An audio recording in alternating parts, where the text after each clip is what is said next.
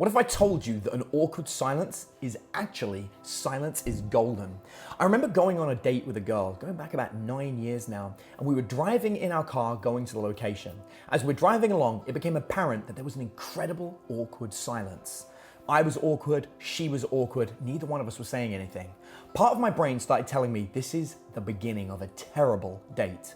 But I decided that I knew enough about dating to know that that wasn't necessarily the case.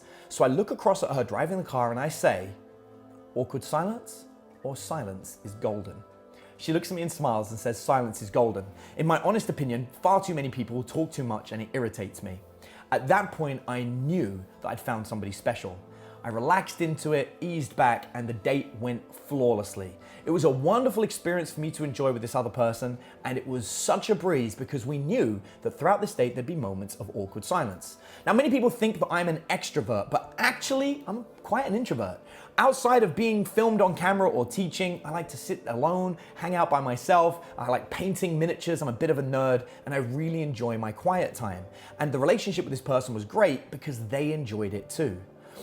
When people have a conversation, they sometimes feel this desire to keep that conversation and force it when it really doesn't have to be. Sometimes you can just relax into the conversation.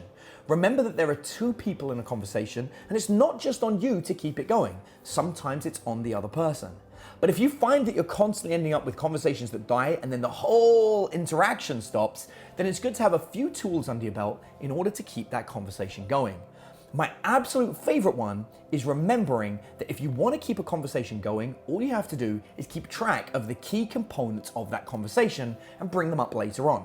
Look, a good example would be the sentence, "The cat sat on the mat." If you were talking to somebody and they said, "Oh look, that cat's sitting on the mat," there are so many different things we can talk about from that sentence, and yet most people would be like, "Oh yeah, cool," and that would be the end of it.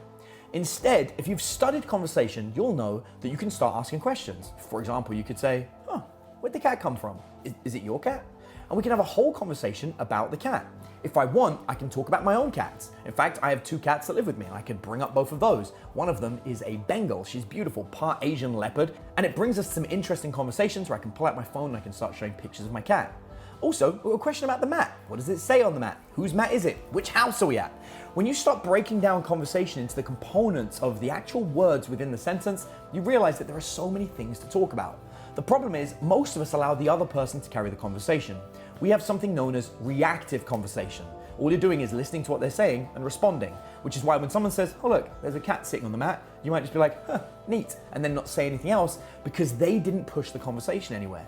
Be brave enough to look for those little clues in the conversation and feel confident enough to relate them to things you know. For example, if you have a cool mat outside your house, perhaps you want to talk about that. And you can use this for any conversation anywhere you go. It gets easier when someone tells you something they love. So if I'm talking to somebody and they say, "I absolutely love beach volleyball," I'm gonna say to them, "Oh my God, beach volleyball is great." Although to be honest with you, the only time I've ever experienced it is in a video game, which was Dead or Alive Extreme Beach Volleyball. That was literally all I know about it. But I've always been curious about how it actually works. How often do you play beach volleyball? Where do you play beach volleyball? Do you still play actively? See how there's so many conversations to have here. By listening to what they say and using that to create the conversation, it makes it very easy for you to build up your conversational skills and become more confident at conversation. Which is actually interesting because confidence in conversation is the C part of the ACE formula: abundance, confidence, and the ability to escalate. And I have a guide that breaks down what all three of those things are, and you can get it completely for free at aceformula.com. All you have to do is look for the link somewhere in the description of this video, click on it, and it will take you through to the website where you can download the guide for free and learn all about the ACE formula. And if you've got a question that you'd like me to answer, then all you have to do is leave a comment down below in this video, and my team are going to go through the comments and pick some as inspiration for future videos.